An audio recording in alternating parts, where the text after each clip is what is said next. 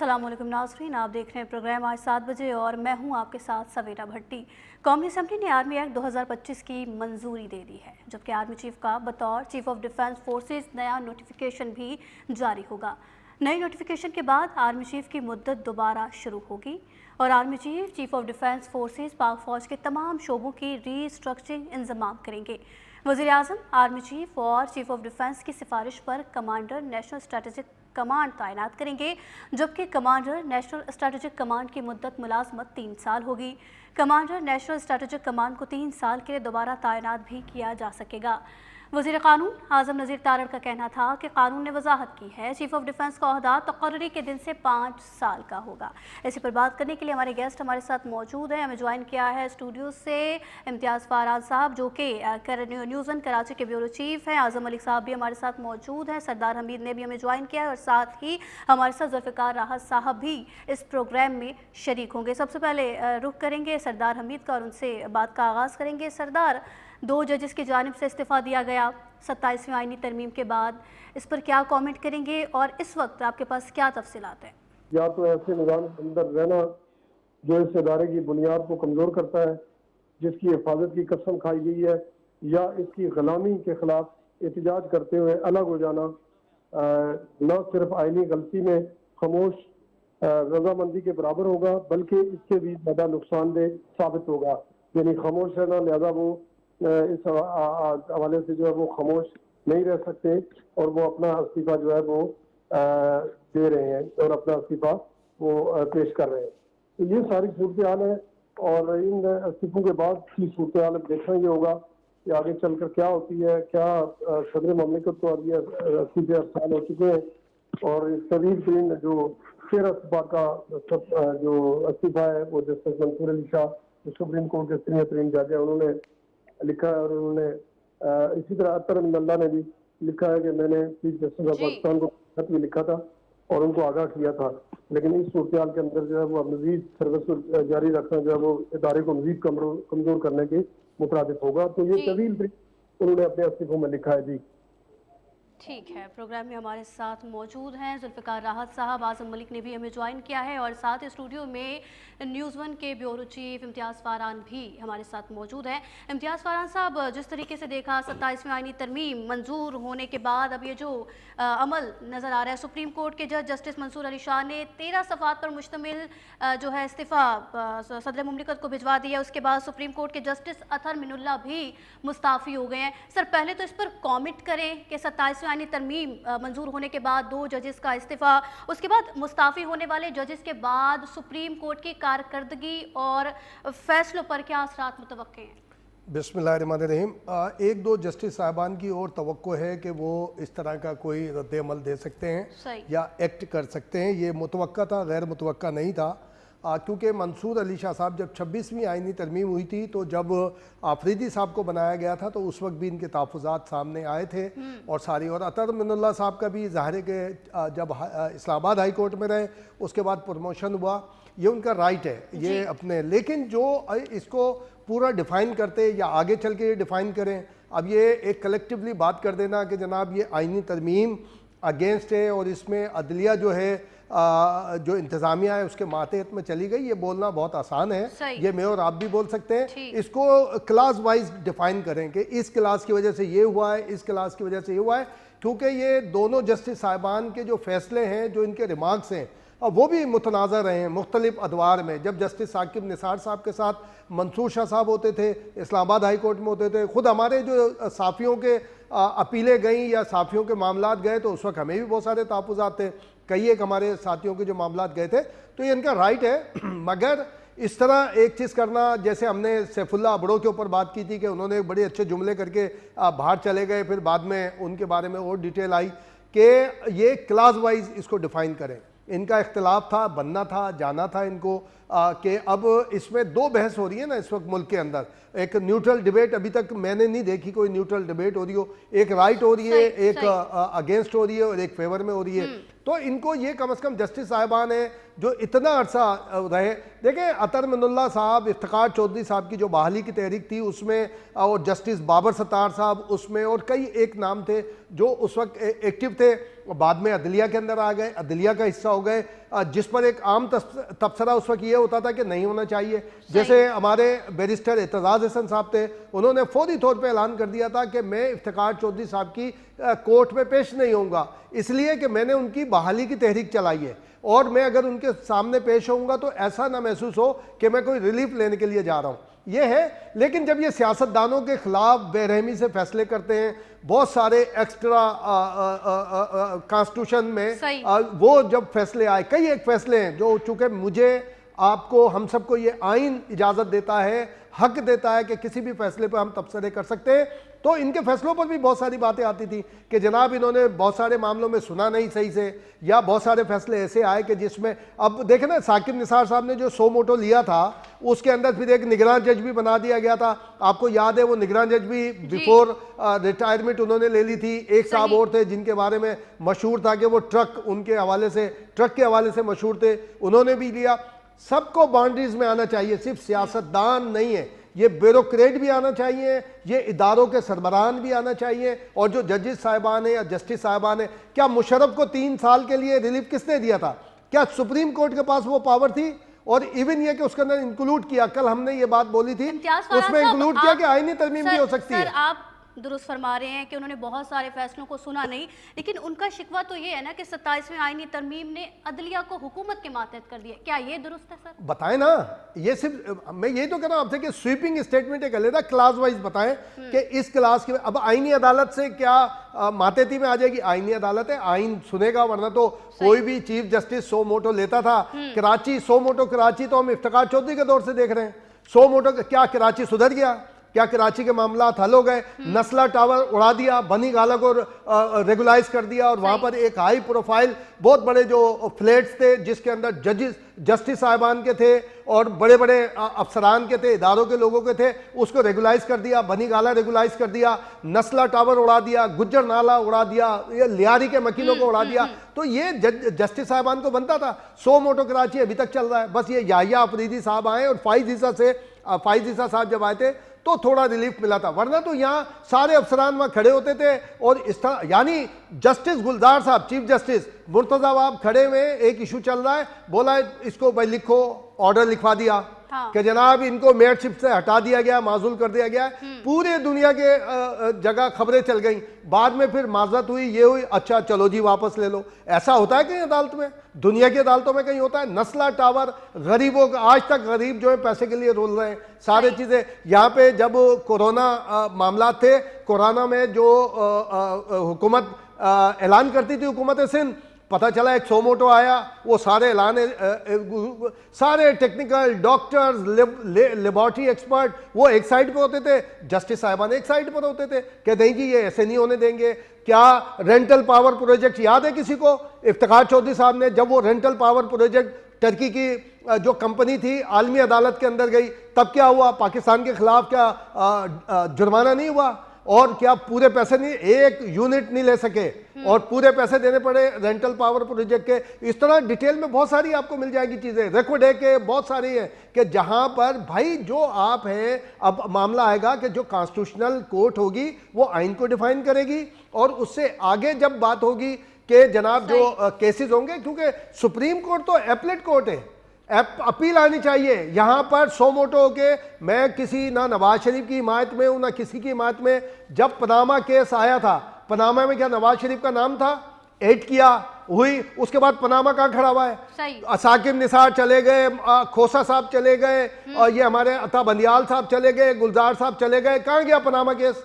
कोई गया उसके ऊपर? जमात इस्लामी के सिराज साहब भी दोबारा नहीं गए। मैंने पर्सनल कहा था सिराज साहब को, मैंने कहा सर आपने पनामा केस के अंदर एक फरीक थे, अब भी बने, कह रहे हम तो बने हुए फरीक, वो चलाते नहीं है। उसके बाद पनामा केस, तो ऐसा किसी, जब सियासतदानों की हम तस्लील करते हैं, उन्हें रुस्वा करते हैं, उनको इल्जामात लगाते हैं, जबकि वो हर 5 साल बाद इलेक्शन लड़ने के लिए अवाम में जाते हैं, अवाम की अदालत में जाते हैं। अब अगर ये अतर मिनुल्लाह साहब से गुजारिश है, मंसूर शाह साहब से भी, कि वो डिफाइन करें क्लास वाइज, और हम साथ तो खड़े होंगे। हम अगर किसी चीज को सपोर्ट कर रहे हैं, या कल आबिद अब्बासी साहब ने एक बड़ी बात की थी मुशर्रफ साहब के हवाले से कि अगर एक तायात इम्यूनिटी दी गई तो क्या हो गया था? परवेज मुशर्रफ कौन खड़ा हुआ था उस वक्त नवाज शरीफ के खिलाफ? जब नवाज शरीफ ने आर्टिकल 6 के ऊपर कार्रवाई शुरू की तो क्या हुआ था? तो ये है सवेरा, हमें इत्मीनान से सारी उनका राइट है बिल्कुल तबसरा करना, जैसे मेरा, हमारे आजम भाई का, जुल्फ़िकार भाई हमारा है, कोई पसंद करे ना करे, हमें क्रिटिसाइज करे, हम तैयार हैं। हम सारा पीका जब हमारे ऊपर आया तो उस वक्त कहाँ गई थी अदालतें? आप कह रही है क्लास वाइज डिफाइन करना जरूरी था। बिल्कुल बिल्कुल सर, साथ ही मौजूद रहिएगा। एक अहम खबर है नाज़रीन तक पहुंचाएं कि कौमी असेंबली ने आर्मी एक्ट 2025 की मंजूरी दे दी है और आर्मी चीफ का बतौर चीफ ऑफ डिफेंस फोर्सेस नया नोटिफिकेशन भी अब जारी हो गया है। नए नोटिफिकेशन के बाद आर्मी चीफ की मुद्दत दोबारा शुरू होगी, ये मुजव्विज़ आर्मी एक्ट में लिखा गया है। और आर्मी चीफ ऑफ डिफेंस पाक फौज के तमाम शोबों की रीस्ट्रक्चरिंग जबकि इंजमाम भी करेंगे। वज़ीर-ए-आज़म आर्मी चीफ ऑफ डिफेंस की सिफारिश पर कमांडर नेशनल स्ट्रेटेजिक कमांड तैनात करेंगे। बात करेंगे सरदार अमीर साथ ही मौजूद है। सरदार, इस बारे में तफसीलन आगाह कीजिएगा। तरमीम जो है वो ऑलरेडी तरमीम जो साइंस यानी तरमीम है उसका हिस्सा है और उसमें कानून साजी, बुनियादी कानून साजी हो रही है। और उसके तहत चीफ ऑफ आर्मी स्टाफ जो है वो अब डिफेंस फोर्सेस के सरबराह हैं और उनको यही इस नाम से गारा जाएगा आइंदा आने वाले जो साल है, क्योंकि ये जो chairman joint chief of staff committee है वो रिटायरमेंट उनकी हो जाएगी और उसके बाद ये नया ओहदा जो है chief of army staff Pakistan army act bill कसरत राय से मंजूर हो चुका है और मुजव्वज़ा आर्मी एक्ट के निकात नए नोटिफिकेशन के बाद आर्मी की मुद्दत दोबारा शुरू होगी और मुजव्वज़ा आर्मी एक्ट जो है उसमें तरमीम की गई है। तो बुनियादी तौर पर ये तरामीम जो है वो आइनी तरामीम के अंदर की गई और बुनियादी कवानीन जो अभी पास किए जा रहे हैं उसी के तनाजर में कौमी असम्बली से। तो इसके तहत जो है चीफ ऑफ डिफेंस फोर्सेज होंगे, चीफ ऑफ आर्मी स्टाफ, अब तीनों फोर्सेज के सरबराह के तौर पर वो होंगे, जबकि फील्ड मार्शल का तो पहले ही उसमें तय हो चुका है कि उसमें भी होता है या वर्दी में भी रह सकते हैं, उनके लिए ये चीज़ें भी जो है इसमें शामिल है। तो ये तरामीम जो है बुनियादी तरामीम अब की जा रही है, तमाम रूल्स जो है वो अब दायरा सारे बनने हैं और कौमी असम्बली इस वक्त जो है वो ये सारी चीज़ें जो है इसको फाइनलाइज कर रही है।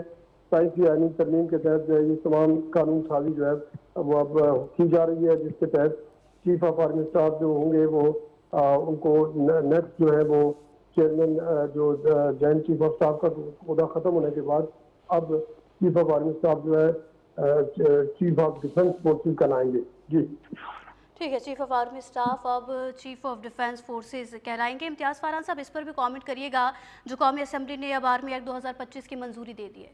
देखिए, ये तो जब आइनी तरमीम आई थी तो उसके अंदर ये सारी चीज़ें डिफाइन थी और अब इस पर भी बात हो रही थी। अगर इनको सिर्फ chief of joint staff committee भी प्रमोट किया जाता फिर वहाँ से 3 साल जो एक मुद्दत है वो फिर शुरू हो जाती। अब ज़ाहिर है कि जो भी डिफ़ाइन करेंगे, अब जो एक्ट के अंदर मंजूरी दी गई है उसके बाद सारे प्राइम मिनिस्टर उसके लिए अनाउंसमेंट करेंगे।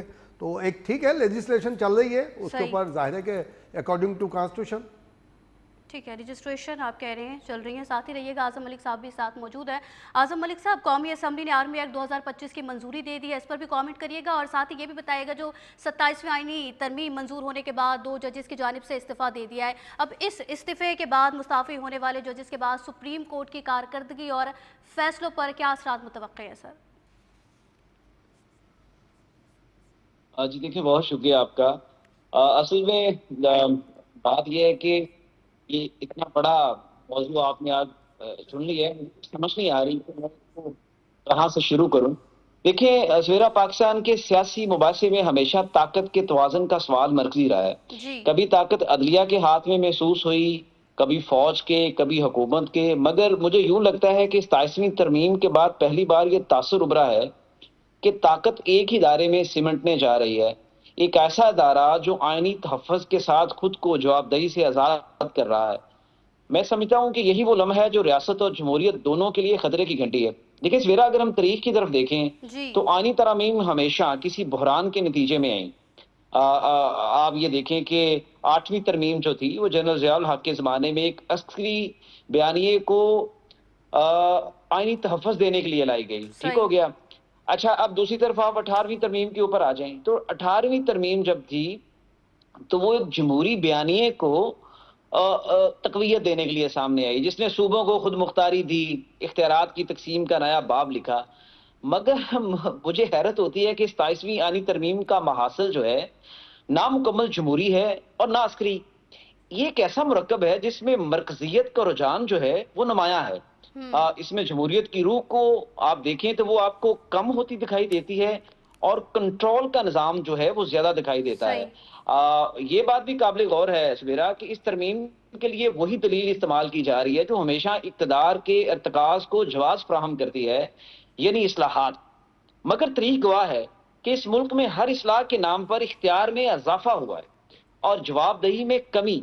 इस बार भी यही खदशा है कि आनी इस्लाहात के पर्दे में एक ऐसा निज़ाम तश्कील दिया जा रहा है जहां फैसले चंद अफराद के दायरे में महदूद हो जाएंगे। मैं समझता हूँ इस मुल्क की बदकिस्मती ये भी है कि पार्लिमानी जो बहस है अब एक रस्मी कार्रवाई रह गई है। मतलब आप ये कहना दुरुस्त होगा कि 27वीं आनी तरमीम एक आईनी नहीं बल्कि सियासी तरमीम है। इसका ताल्लुक इक़्तिदार की हरकियात से ज्यादा है ना कि कानून की बारीकियों से। यानी कि ये यूं लग रहा है जैसे इक़्तिदार को दवाम देने के लिए है ये कानून की जो बारीकियां जिनकी बात आप कर रही हैं और जो की गई है ना ये तरमीम जो आप कह रहे हैं ये पार्लियामेंट की जानिब से मंजूर की गई है। ठीक है इम्तियाज़ फरहान साहब, जैसे कि अब देखा कि आर्मी एक्ट के तहत 2025 की मंजूरी भी दे दी गई है और 27वें आईनी तरमीम के हवाले से भी ये जो चीज़ें हम देख रहे हैं, अब जिस तरीके से आपने भी कहा और जस्टिस मंसूर अली शाह की जानिब से भी कहा गया है कि आइन के मुनाफी है और हुकूमत जो है वो अदलिया जो है वो हुकूमत के मातहत हो जाएगी, तो सर अब क्या समझ रहे हैं? अब इनकी जानिब से कोई और लाहे अमल देख रहे हैं आप? अपोजिशन की जानिब से भी इस पर कोई और लाहे अमल और कोई इस तरीके की सूरत हाल देख रहे हैं?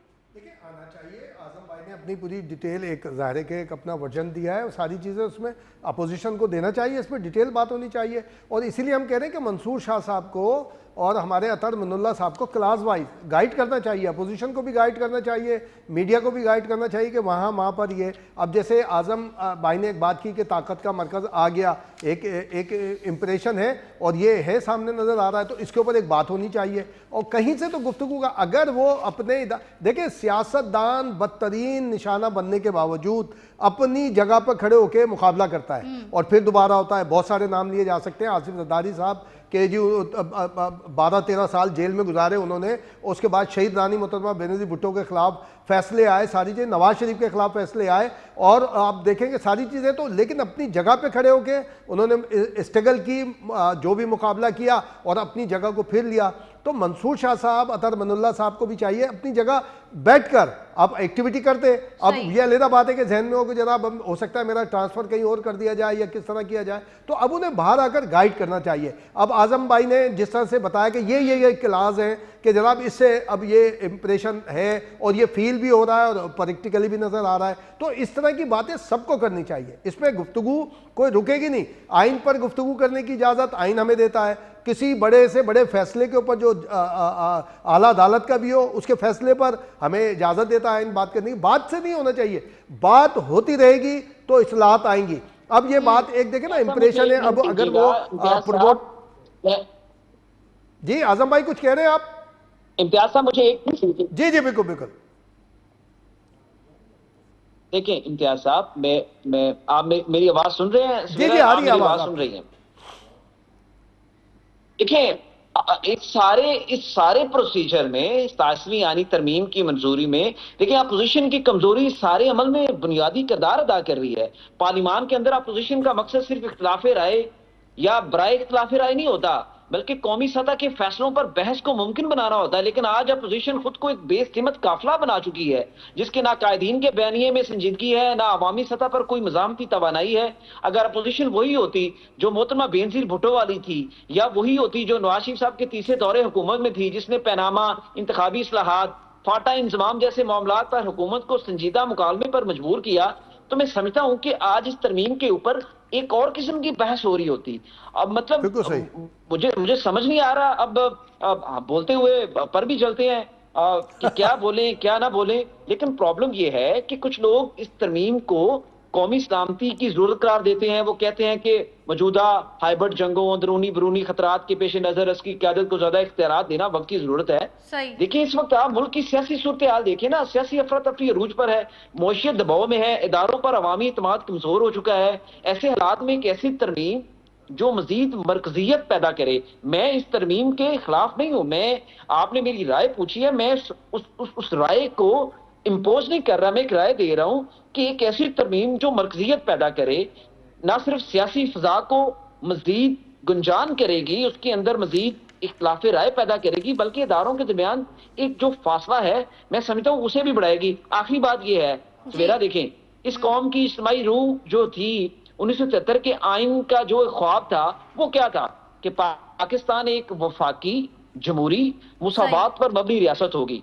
अब मगर आज ये लगता है कि जैसे हम इस ख्वाब के मरकजी जुमले को भूल गए हैं। हमने वफाक की जगह मरकज, जमहूरियत की जगह अतात और मुसावात की जगह अतात गुजारी को जगह दे दी है।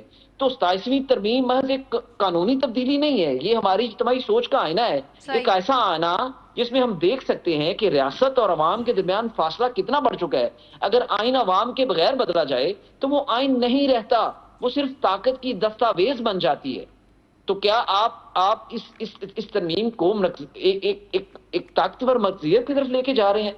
हम तो अपनी राय दे सकते हैं, मुझसे सीनियर लोग यहाँ पर बैठे हैं, आप हैं, इम्तियाज साहब हैं, जुल्फकार साहब हैं। ठीक ठीक है आजम मलिक साहब, आप कह रहे हैं कि जवाबदेही में कमी होती है और फैसले चंद अफराद के इख्तियार में महदूद हो जाएंगे। इस तरमीम के बारे में आप कह रहे थे। प्रोग्राम में वक्त हुआ है ब्रेक का और इसी पर कमेंट लेंगे जुल्फिकार राहत से, साथ रहिएगा।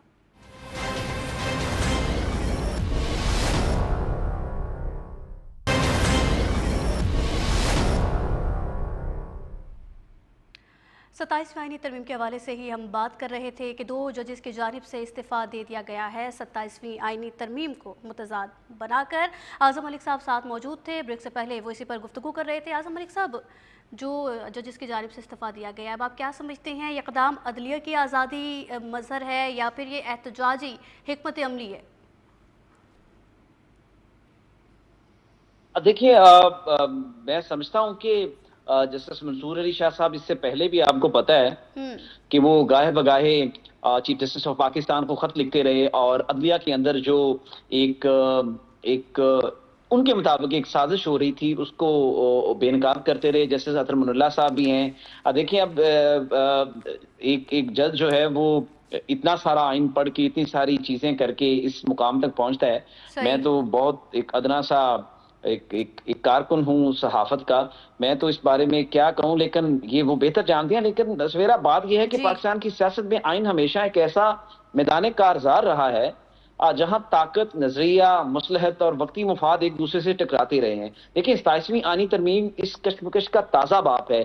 एक ऐसा बाप जो ज़ाहिर जमहूरी तकाज़ों के मुताबिक पार्लिमान की ताकत बढ़ाने के लिए लिखा जा रहा है, मगर दर हकीकत इसके पस पर्दा सियासी कमजोरियां, इंतजामी जो नफ्सियात है और इक़्तिदार के अदम तवाज़ुन की इसके अंदर एक ऐसी कहानी छुपी हुई है। और ये कहानी इतनी सादा नहीं है कि जितनी टीवी स्क्रीनों पर एक बयानिया बना दिया गया है जिसके ऊपर मैं और आप डिबेट कर रहे हैं। क्योंकि आइन में हर तरमीम सिर्फ अल्फाज का खेल नहीं है सवेरा, बल्कि मुस्तकबिल के निज़ाम रियासत की सिमत को मुतय्यन करता है। आप ये समझती हैं कि ये जो 27वीं आईनी तरमीम हो गई है तो बस ये खत्म हो गया? ये आपको आने वाला वक्त बताएगा कि ये 27वीं आईनी तरमीम ने क्या मरकजियत को मजीद गहरा किया है, क्या जो ताकत का इर्तिकाज है वो किसी एक जानब झुका है, क्या इस 27वीं यानी तरमीम से पार्लिमान मजबूत हुई है? At the end of the day जब हम ये बात कर रहे हैं और हम ये समझते हैं, हम जो डिबेट करते हैं वो किसके ऊपर करते हैं?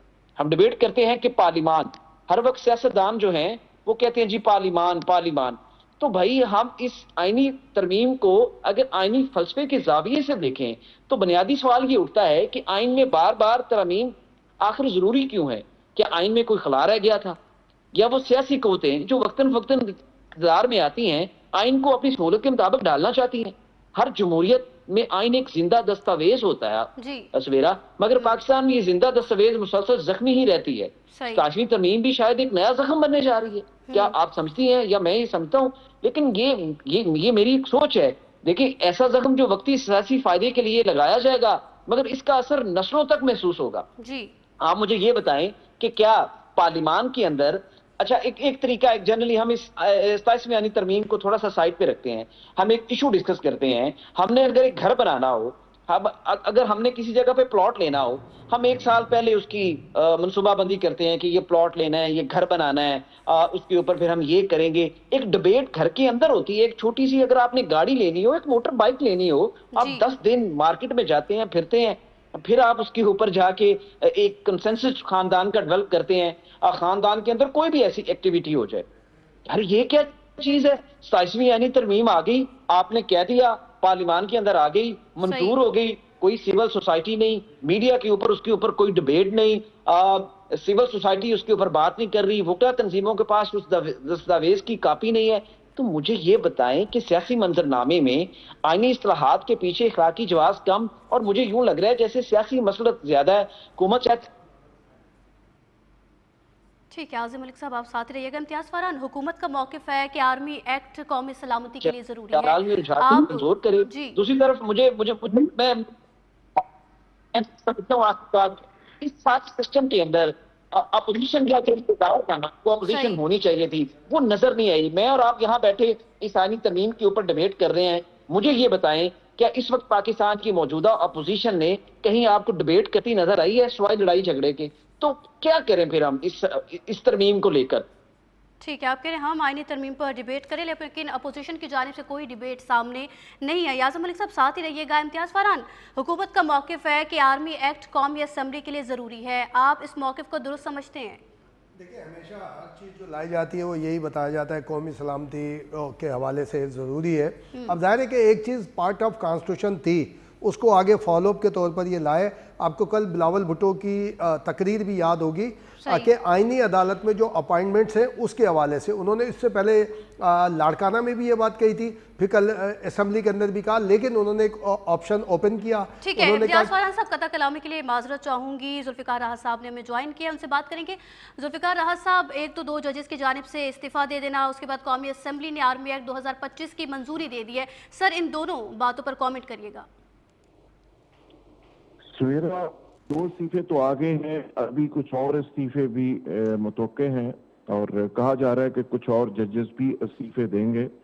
और आज मंसूर अली शाह के जो इस्तीफे का मतन है, 13 सफ़ात का जो इस्तीफा उन्होंने दिया है, और जिसमें बड़े इनकलाबी शेर भी उन्होंने लिखे हैं उर्दू में, उर्दू और इंग्लिश में मिक्स उन्होंने पूरा कंटेंट लिखा है। तो ये बेसिकली एक बहुत बड़ी चार्जशीट है कि एक सीनियर तरीन जज सुप्रीम कोर्ट के हवाले से इस तरह की बात करके और अलविदा करके अदारे से अलग हो जाए। तो ये बड़ी मुश्किल का ये सफर था कि जब सुप्रीम कोर्ट ने एक बड़ी लंबी लड़ाई लड़के जुडिशरी ने तो अपनी इज्जत बहाल की थी।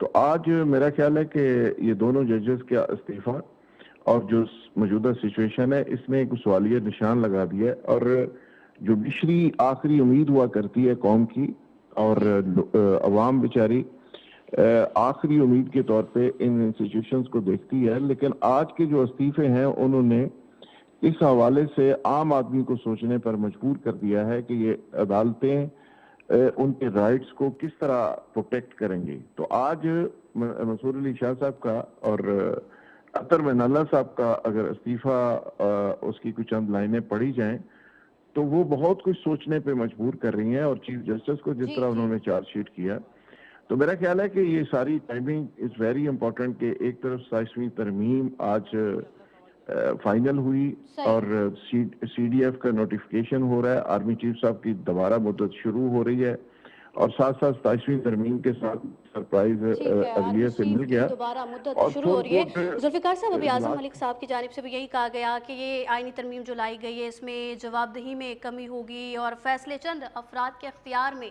महदूद हो जाएंगे। सर, इत्तफाक करते हैं इन पर? देखिए जी, इस पे ज्यादा बेहतर था कि लेजिस्लेशन की एक रूह होती है, इसको उसके अकॉर्डिंगली ऑर्गेनिकली चीजों को लेके चला जाता तो शायद ये लोग इसको डाइजेस्ट कर लेते। लेकिन आप ठीक है, आप ये सारा कुछ करवाने की पोजीशन में होते हैं, आप करवा भी लेते हैं, और करवा भी लिया और हो भी गया। लेकिन इसके बावजूद लोगों जिनके ऊपर आपने इम्प्लीमेंट करना है, जिस कौम के ऊपर आपने इम्प्लीमेंट करना है सारे लॉज, उनकी एक्सेप्टेंस बहुत बड़ा मसला है। तो अगर इतनी बड़ी, सबसे बड़ी जो कोर्ट है, मैं दोबारा कहूँगा कि लोगों की उम्मीदों का जो मरकज होती है अदालत, अगर वही मुतनाज़ हो जाए और आपकी जो लेजिस्लेशन आपने की है उसके हवाले से ही सवाल उठने शुरू हो जाए, तो फिर उसकी असल जो रूह है वो खत्म हो जाती है। तो मेरा ख्याल है कि ये जिस अंदाज में चीजें की गई और जिस तरह प्रेसिडेंट पाकिस्तान ने इसमें इम्यूनिटी अपनी ले ली, और जिस अंदाज में चीजें ये सारी चलती रही और यहाँ तक पहुंची, तो इस पे बहुत सारे सवाल हैं और तारीख इसका फैसला करेगी कौन कहाँ खड़ा है। कौन रॉन्ग साइड पे खड़ा है, कौन राइट साइड पे खड़ा है। तो मेरा ख्याल है कि आज के ये दोनों इस्तीफों ने बहुत बड़ा सवालिया निशान लगा दिया है, और अदलिया को जितनी बड़ी जंग लड़ के अपनी रिस्पेक्ट और इज्जत को बहाल करना पड़ा था, और आज उसी तरह के सवालिया निशान दोबारा लग गए। और जिस तरह उन्होंने मंसूर अली शाह साहब ने कहा कि आज तक इतने सालों में एक ही सुप्रीम कोर्ट थी, लेकिन आज उसको टुकड़े टुकड़े कर दिया गया। तो जाहिर है जो सबसे सीनियर पोजीशन पे बैठा जज है वो हमसे तो ज्यादा समझता है ना कि जी वहां आइन की रूह पर किस तरह हमला हुआ है। हम तो इस पर बात कर रहे हैं, उन पे तो बीत रही है ना। वो कौन चाहता है कि वो इस तरह इस्तीफा दे के घर चला जाए।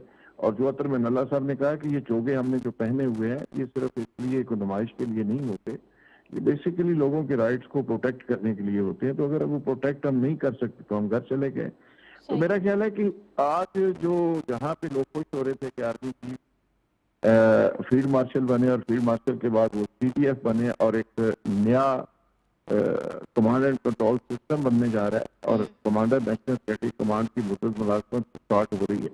तो वहां पे जाहिर है ये खुशी की बात थी, कौन उसको सेलिब्रेट कर रही थी। तो ऐसे हालात के अंदर इस तरह की चीज का होना ये बहुत बड़ा एक मैसेज है, और पूरी दुनिया इसको डिस्कस कर रही है। और मैं भी देख सकता कि इंडिया इसको बहुत सेलिब्रेट कर रहा है, वो बड़े खुश हो रहा है। इंडियन मीडिया इस पे बड़ा शादियाने बजा रहा है। जाहिर उनके लिए तो एक बड़ी खबर है। पाकिस्तान के अंदर कभी भी कोई इस तरह की चीज होगी, तकसीम की बात होगी, कौम की तकसीम की बात, पाकिस्तान की फोर्सेस के बारे में कोई नेगेटिव बात होगी, तो इंडिया में खुशी होगी।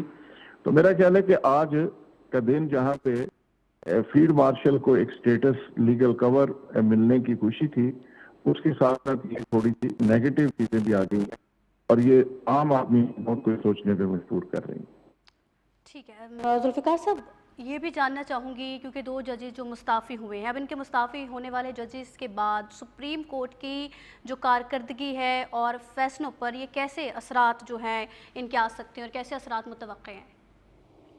मेरा ख्याल है कि अब सुप्रीम कोर्ट पे एक सवालिया निशान एक इंस्टीट्यूशन पे लग गया, फ्रैंकली स्पीकिंग। अब तो इस पे कोई कुछ भी कहे, अभी इन दोनों जजेस की किरदार पे काम शुरू हो जाएगा। कोई कुछ कह रहा होगा कि ये फलां थे, ये फलां थे, इसमें ये इशू था, ये इशू था। मेरा ख्याल है उनका एक प्रिंसिपल स्टैंड था, और जो आप ज़मीर के मुताबिक फैसला करते हैं वही बुनियादी तौर पे असल चीज होती है कि आप उसके मुताबिक किस तरह जिंदगी गुजार रहे हैं। तो अतर बिन अल्लाह साहब तो वो उन लोगों में शामिल थे कि जिन्होंने जो जजेस की बहाली की तहरीक थी उस पे उस वक्त ये स्पोक्समैन थे इफ्तिखार शेख साहब के वक्त में।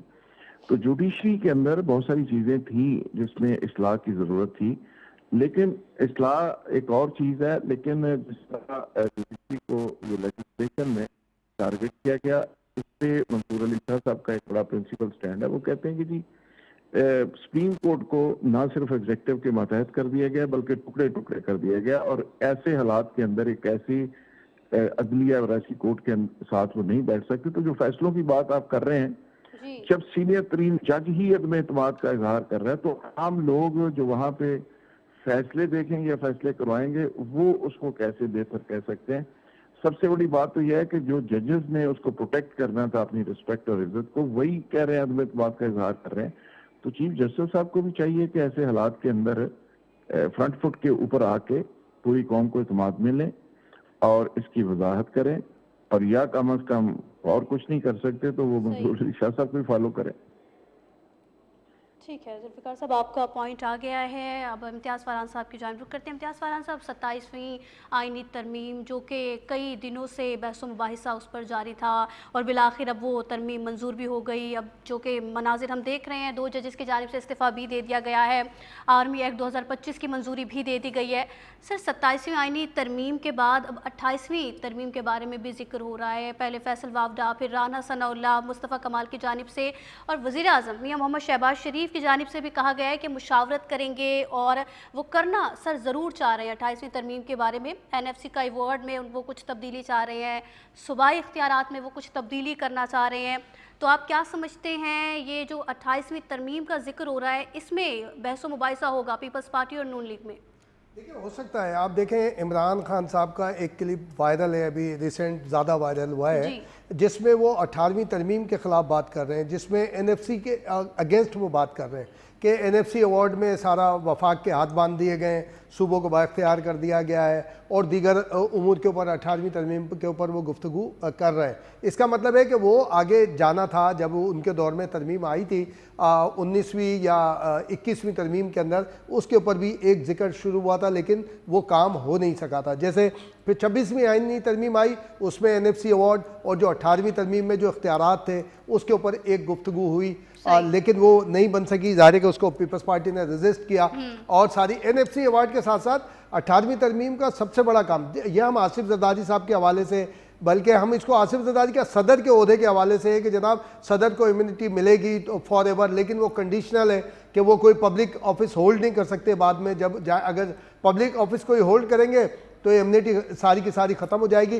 तो अगर हम ये आसिफ जरदारी के हवाले से नहीं है, ये तो प्रेसिडेंट के हवाले से, तो ये सारी चीज़ें अगर आप देखें तो ये मामलात उसके अंदर आपको कंडीशनल ये सारी सूरत हाल उसके अंदर नज़र आएगी। उसका अब हम कॉमन उस पर, जैसे आज़म साहब भी बात कर रहे थे, इस पर एक डिबेट रहनी चाहिए। माजी में भी अगर आप जाएंगे तो जस्टिस रशीद रिजवी ने मुशर्रफ के दौर में रिज़ाइन किया था, जस्टिस सईद जमा से ओथ नहीं लिया गया था और उस वक्त जो इफ्तिखार चौधरी साहब ने ओथ लिया था, बाद में चीफ जस्टिस वो बने थे, सारी चीज़ें उसके अंदर आए। तो ये हर दौर में एक चीज़ होती है कि जनाब आप उसके ऊपर एक कोई आइज़ में डिबेट आती है, कोई नोज़ में डिबेट आती है और कभी बात करने दी जाती है। जो जमाली साहब, मीर ज़फ़रुल्लाह जमाली थे, जब एक कॉन्स्टिट्यूशनल अमेंडमेंट आई थी उसमें पीटीआई, ये जैसे पीपल्स पार्टी थी, पाकिस्तान पीपल्स पार्टी पार्लियामेंटेरियन, उसने भी यही किया था कि वहाँ बात करके बाहर आ गए थे, तो वो भी मुत्तफ़िक़ा तौर पर मंजूर हो गई थी। 13वीं तरमीम में भी इसी तरह की बहुत सारी बात हुई थी। अब ये 18वीं तरमीम में आया कि सदर का जो इख्तियार था असेंबली डिसॉल्व करने का, आसिफ जरदारी साहब ने वो विड्रा किया, उन्होंने पार्लियामेंट को दे दिया। अब इस मामले में हम डिबेट कर सकते हैं, उन्होंने इम्यूनिटी एक्सेप्ट कर ली, लेकिन एक बहुत बड़ा काम किया था कि जो पावर थे प्रेसिडेंसी के पास, उन्होंने 18वीं तरमीम में विड्रा कर दिए थे।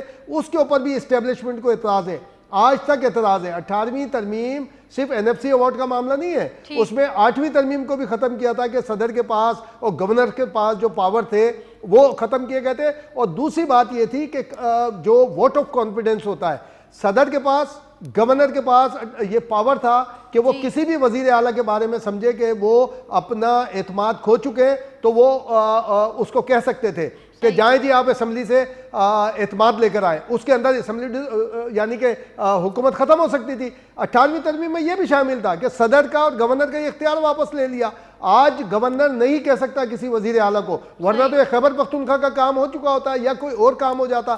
तो 18वीं तरमीम का जो पैकेज है वो बड़े ऊपर वालों को भी, इस्टेब्लिशमेंट को, वो पूरा का पूरा अभी हजम नहीं हुआ है। और वो खुद पीटीआई उसको मुखालिफ थी, इमरान खान साहब बहसत वजीर आजम उसके खिलाफ बात कर चुके हैं। तो ये मैं कल भी आपसे बात की थी, एक के बाद दो, दो के बाद तीन आता है, तो 27वीं के बाद 28वीं ही तरमीम आएगी। जब भी आए, आज आए कल आए, उसमें जाहिर है कि डिबेट होगी। अगर एनएफसी अवार्ड की बात आएगी, सूबों की बात आएगी, तो पीपल्स पार्टी उसकी बूमर है, उसकी खालिक है, तो जाहिर है कि वो उसके ऊपर बात करेगी, रेजिस्ट करेगी। अब उसको वो कर पाए ना कर पाए, कोई काउंटर में कोई चीज़ ले ले, तो ये कंटिन्यू। हम बोलते हैं जी फैसल वाउडा साहब ने और राना सनाउल्लाह साहब ने पेशन गोई कर दी, चले मैं और आप हम सब मिलके एक पेशन गोई करते हैं। 28वीं तरमीम के बाद 29वीं तरमीम आएगी और 29 के बाद 30वीं आएगी और 30वीं के बाद इंशाल्लाह 31। तो इसमें क्या करेंगे जी? 27वीं के बाद 28वीं तरमीम तो आएगी, लेकिन वो जिक्र इसी चीज़ का किया जा रहा है, एनएफसी वार्ड के हवाले से,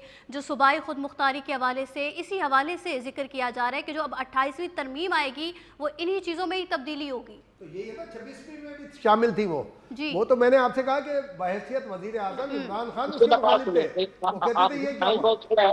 जी आजम भाई बोले मुझे, मैं इसके ऊपर जरा बात जी जी आजम भाई एक मिनट दे। देखें, ये 27वीं आईनी तरमीम ने पार्लिमान या सियासत के ढांचे को नहीं छेड़ा। इसके असरात आपने देख लिए, अदलिया की दीवारों तक गूंजने लगे हैं। ये justice general justice Mansoor Ali Shah sahab, justice अतर मनीला साहब ने जो इस्तीफा दिया, जैसे जुल्फकार राहत साहब बता रहे थे, ये एक सवालिया निशान है। ये इस्तीफे महज आपको दो इस्तीफे लग रहे हैं, ये दो इस्तीफे या दो दस्तखत नहीं है, बल्कि एक अलामत थे, एक ऐसी अलामत जो बता रही है कि आइन की रूह कहीं ना कहीं जख्मी हो चुकी है सही। और ताकत का तवाजन, वो बारीक धागा जिस पर रियासत कायम है, अब टूटने के करीब है। आप इन दोनों जजेस के इस्तीफे ने मुल्क के सियासी माहौल में आप ये देखिए एक नई लज्जत पैदा की है। वकला बरादरी को अब हम देखेंगे कि वो इस पर क्या एक्शन लेते हैं। सोशल मीडिया पर जो बहस छिड़ेगी उसको भी देखना पड़ेगा।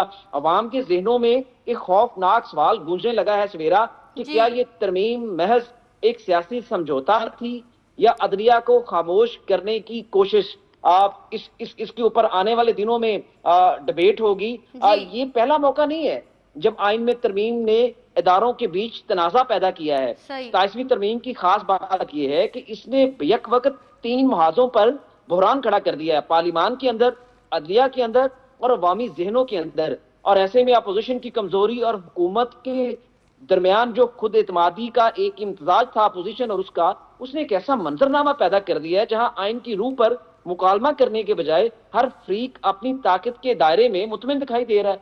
मुझे समझ नहीं आ रही कि हम कहां पे हैं, मीडिया कहां पे है, सिविल सोसाइटी कहां पे है, कब कौन इसके ऊपर बात आप करेगा। कह रहे हैं कि हमें समझ नहीं आ रहा कि हम कहां पर हैं, मीडिया कहां पर है और सिविल सोसाइटी कहां पर है। 27वीं तरमीम के हवाले से बात की और कौमी असम्बली ने आर्मी एक्ट 2025 की मंजूरी दे दी है। इस प्रोग्राम में उस हवाले से भी बात की गई है। बात करने के लिए हमारे साथ मौजूद थे हमारे गेस्ट इम्तियाज़ फारान साहब, आजम मलिक साहब और जुल्फ़िकार राहत साहब भी इस प्रोग्राम में हमारे साथ शरीक थे। आप तीनों के वक्त का शुक्रिया और प्रोग्राम में दीजिए सवेरा भट्टी को इजाज़त। अल्लाह हाफिज़।